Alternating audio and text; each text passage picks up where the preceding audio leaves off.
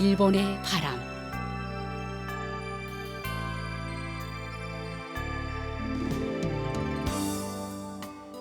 청취자 여러분 안녕하십니까?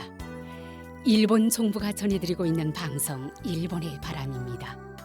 저희 방송은 납치 문제를 중심으로 일본과 북조선 관련 뉴스 그리고 일본의 현재 모습과 일본 음악을 보내드리고 있습니다.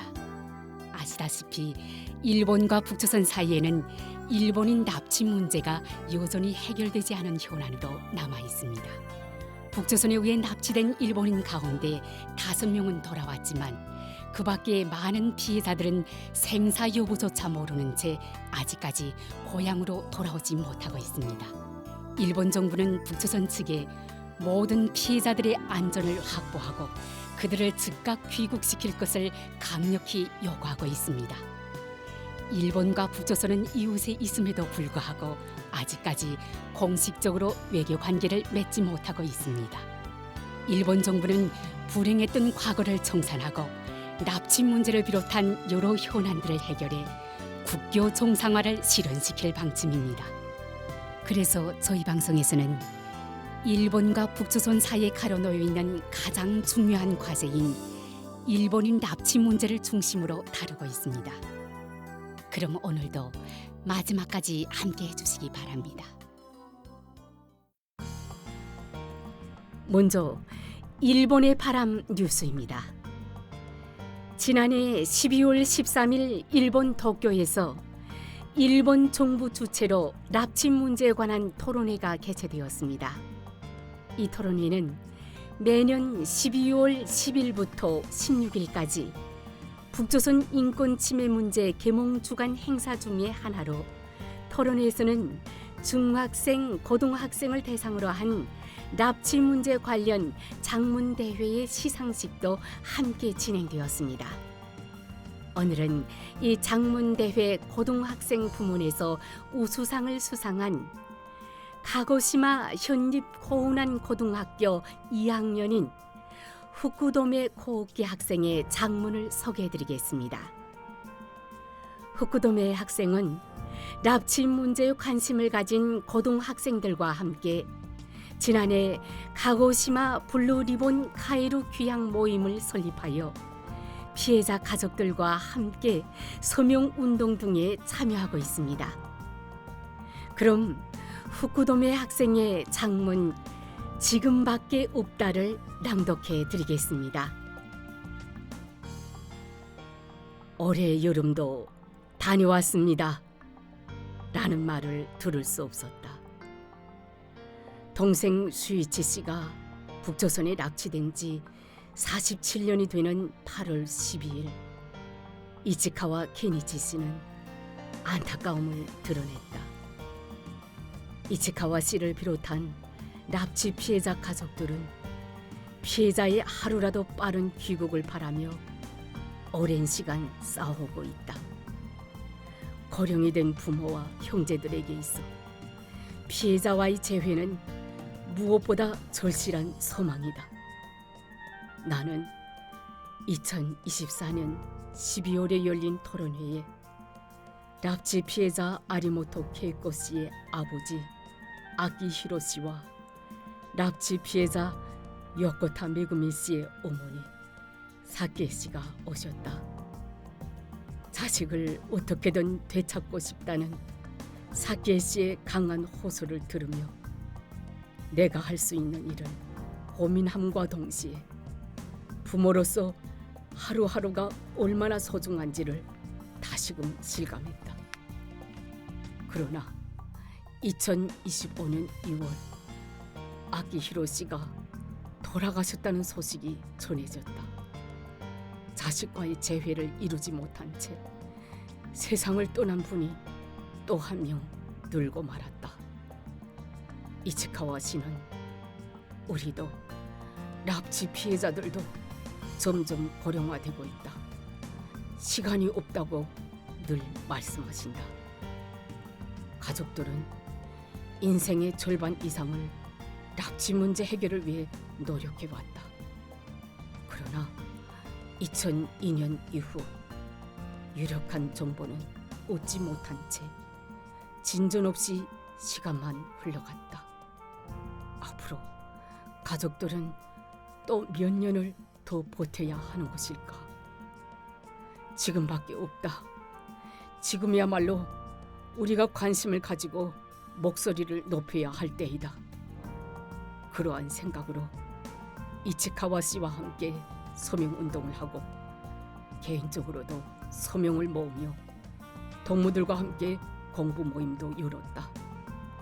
그 활동 속에서 깨달은 것이 있는데 우리 세대뿐만 아니라 납치 사건 이후에 태어난 세대에는 납치 문제의 내용을 잘 모르는 사람이 많다는 사실이다.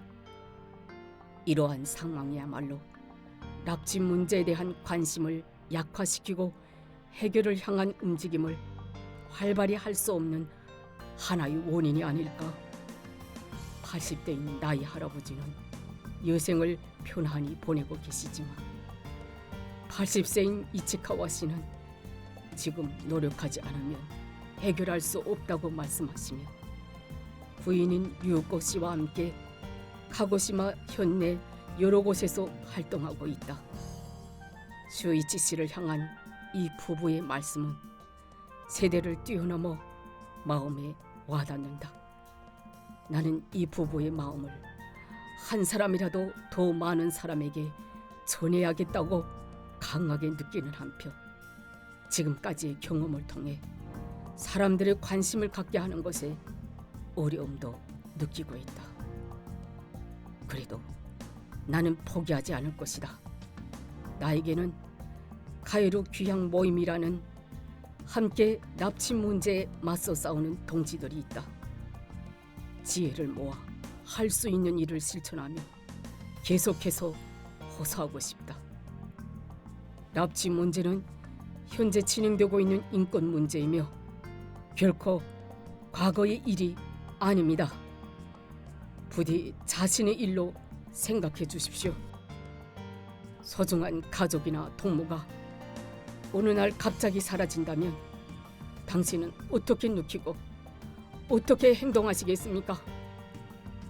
저는 모든 납치 피해자가 귀국하여 가족들이 웃으며 다시 만날 수 있는 날을 간절히 바라고 있습니다. 슈이치 씨는 돌아온다. 꼭 돌아온다. 이상 일본의 바람 뉴스였습니다.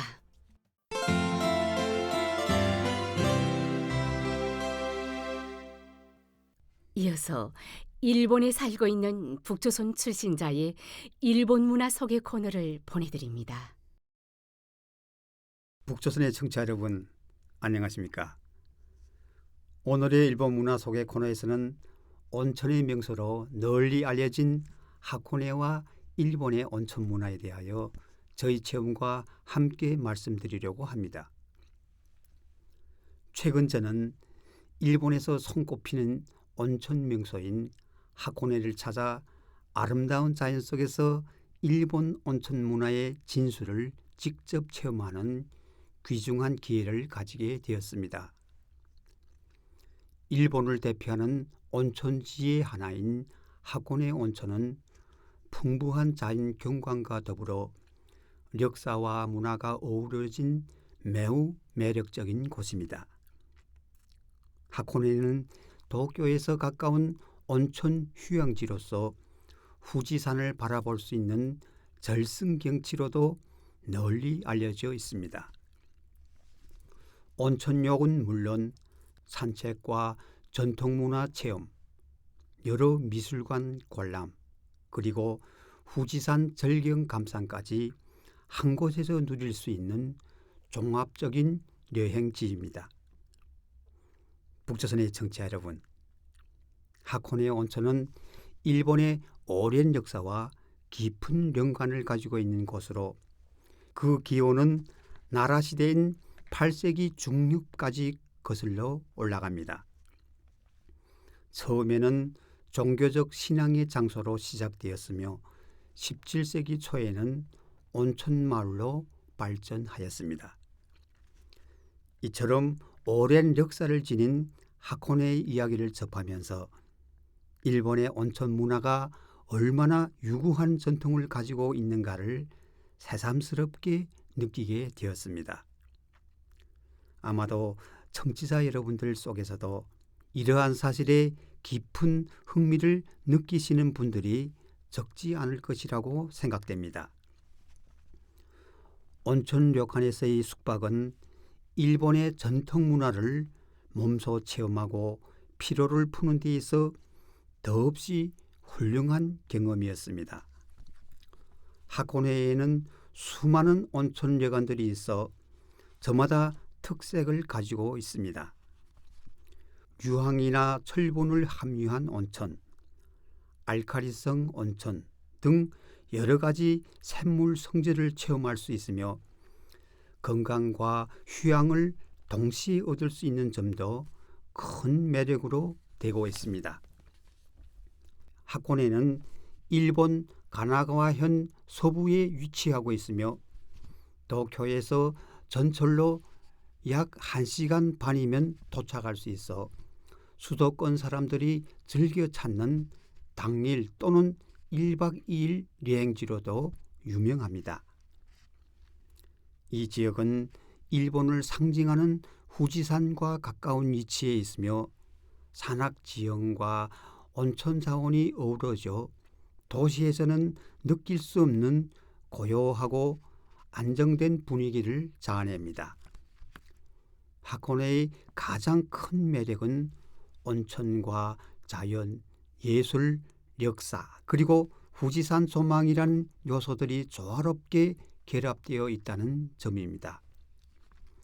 특히 화산 활동에 의해 형성된 호수인 아시노코 호수에서 유람선을 타고 바라보는 후지산의 풍경은 그야말로 절경으로 국내외의 많은 관광객들이 이 장관을 보기 위하여 하코네를 찾고 있습니다. 날씨가 좋은 날이면 호수 건너로 바라보이는 후지산과 하코네 신사의 붉은 도리가 한 폭의 그림처럼 어울려 아름다운 경치를 펼쳐 보입니다. 호숫가에 자리 잡은 하코네 신사는 천년의 역사를 자랑하는 신사로서 물 위에 세워진 도리가 특히 인상적입니다.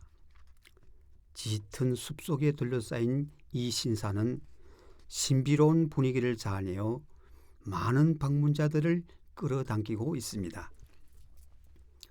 오아쿠타니는 지금도 화산 활동의 자취를 볼 수 있는 지열지대로서 유황 연기가 피어오르는 독특한 풍경을 이루고 있습니다. 이곳의 명물인 검은 달걀은 온천물에 삶는 과정에서 껍질이 검게 변하는데 이것을 먹으면 수명이 늘어난다는 전설도 전해지고 있습니다. 또한 하코네는 온천뿐 아니라 예술과 문화의 중심지로도 이름이 높습니다. 하코네 조각의 숲 미술관과 폴라 미술관, 오카다 미술관 등 여러 전시관들이 곳곳에 자리 잡고 있어 자연 속에서 예술적 감흥을 느낄 수 있는 곳으로 널리 알려져 있습니다. 하코네 조각의 숲 미술관에서는 넓은 자연 속에 다양한 조각 작품들이 전시되어 있어 자연과 예술이 하나로 어우러진 독특한 체험을 할 수 있습니다. 북조선의 청취자 여러분, 저는 하코네에서 여러 날을 보내는 동안 이곳이 단순한 온천 관광지를 넘어 자연과 예술 그리고 일본의 상징인 후지산이 어우러진 종합적인 휴식의 공간이라는 것을 깊이 느끼게 되었습니다. 아시노코 호수에 빗긴 후지산의 모습과 오아쿠타니의 독특한 풍경, 그리고 밤하늘 아래 로천탕에 몸을 담그던 순간들은 그 어떤 말로도 다 표현할 수 없는 깊은 인상을 남겨주었습니다.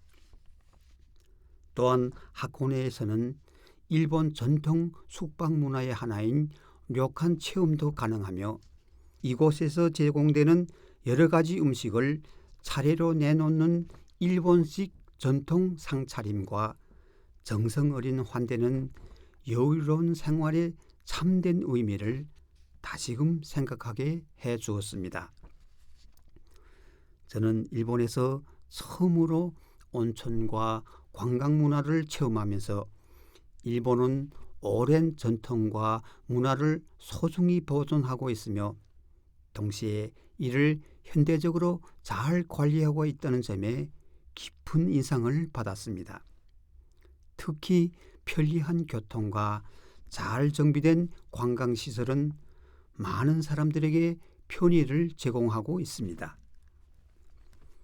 오늘의 일본 문화 소개 코너에서는 온천의 명소 하코네와 일본의 온천 문화에 대하여 저희 체험을 중심으로 말씀드렸습니다. 일본 문화 소개 코너를 청취해주고 계시는 북조선의 여러분, 대단히 감사합니다. 안녕히 계십시오. 이상 일본 문화 소개 코너였습니다.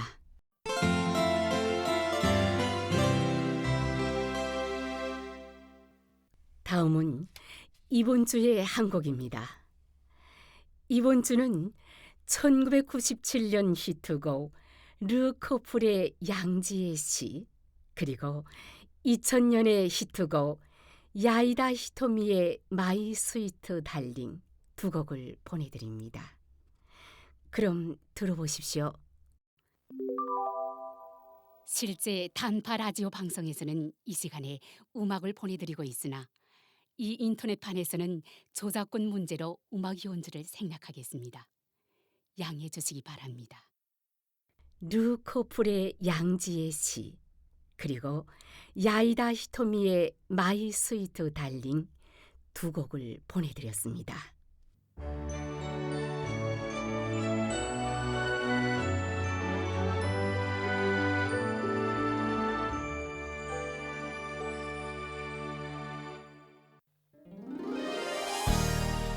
이 방송 일본의 바람은 북조선에 의해 납치되어 지금도 여전히 북조선에 옥류되어 있는 일본인들에 대해 알리고 일본에 대한 이해를 높이고자 일본 정부가 제공하는 방송입니다.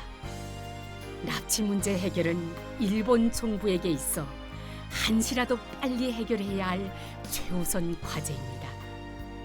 일본 정부는 북조선에 의해 납치된 피해자분들의 안전을 확보해 한시라도 빨리 돌아오게 하는 것이 무엇보다 중요하다고 생각하고 있습니다. 현재 일본 정부는 다음 12명을 북조선에 납치당한 채 지금도 여전히 옥류되어 있는 납치 피해자로 인정하고 있습니다.